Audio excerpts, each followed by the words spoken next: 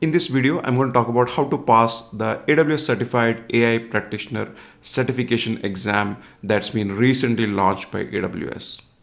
I appeared and passed the exam on 27th August 2024, and a lot of people asked me to share my experience. So I'm going to break down the video into three subparts. In the first part, I'm just going to give you a high-level overview of the exam. Then I'm going to talk about my prep content strategy. And then finally, I'm going to talk about some of the most important concepts that you need to know before you go ahead and appear for the exam. Now, if you're new to this channel, my name is Rahul. I work as a practicing AWS generative AI solution architect and a Udemy instructor. And I have a lot of courses on AWS generative AI, including a new course to help you pass this AWS certified AI practitioner exam. Now let's go and take a look at the overview of this exam. Now you can see here on the exam overview, AWS says that AWS certified AI practitioner validates the knowledge of artificial intelligence, machine learning, and generative AI concepts and use cases through this exam. Now this exam is currently in the beta version, and you can see some of the details related to this exam. So the duration of the exam is about 2 hours, 120 minutes. So you have around 85 questions, and the cost of the exam right now is $75. So once this exam moves from beta version to mainstream, it's going to be about $150, but right now it's $75.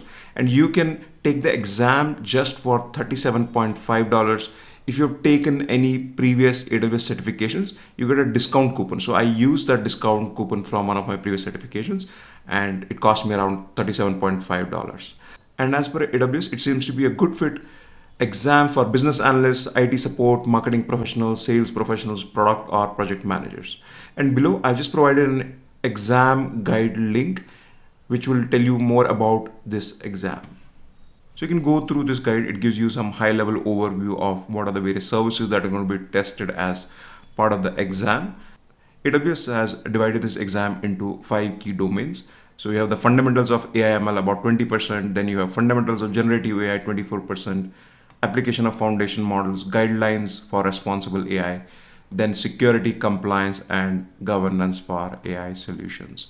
Then it provides some more descriptive details on what is going to be part of the exam. Okay, now in terms of the prep content, I am ATEX Cloud certified, and for every certification course, what I do is I take a Udemy video course, then I also take a sample practice test course. So to pass this exam, I used my own course that I've created on AWS Certified AI Practitioner, and you can check it out on Udemy. I've also enabled a lot of free lectures, which you can try out and see if this works for you.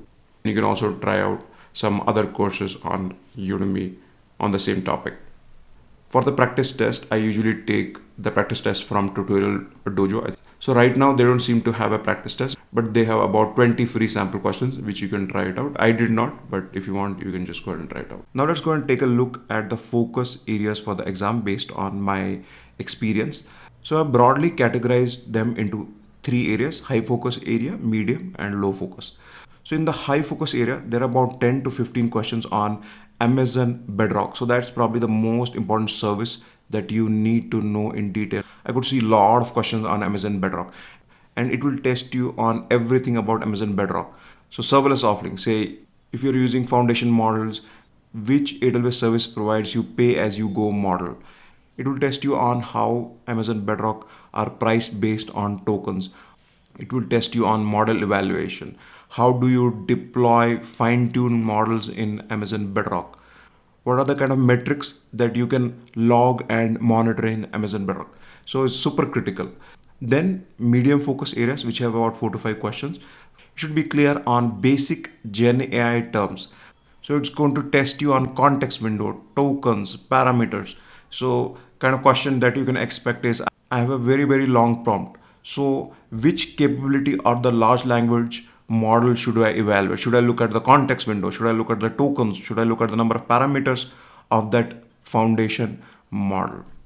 Then there are a few questions on inference parameters and how they impact the model response. So you need to be clear on what is temperature, top P, top K.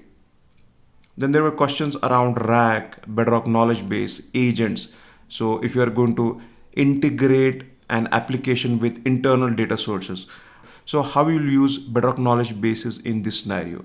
How do you use Bedrock agents as an orchestrator?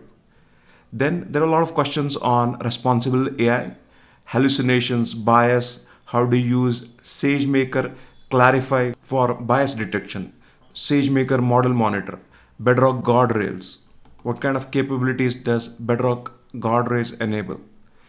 Then there are questions around AWS security services, like how do you use IAM in the context of Amazon Bedrock? There are questions around audit manager, Macy, and many other AWS compliance and governance services. Then from the SageMaker, there were about 5 or 6 key features of the SageMaker that were tested. Data Wrangler, exploratory data analysis, SageMaker feature store, model monitor, clarify, and they were tested as part of the responsible AI section. Then there are a few questions on Amazon Q and Amazon SageMaker Jumpstart.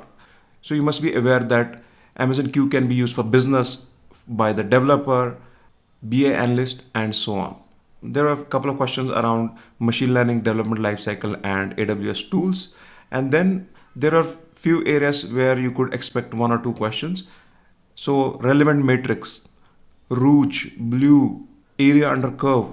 Then there are a few questions on training a foundation model, when to use fine tuning, continuous pre-training, RAG versus prompt engineering. Then there are questions around prompt engineering. Then there were scenario based questions on zero shot prompting, few shot prompting, and so on. Then you should know about generative AI security scoping matrix and elements of responsible AI. So those are some of the important topics that you should be aware of from the exam perspective based on my experience.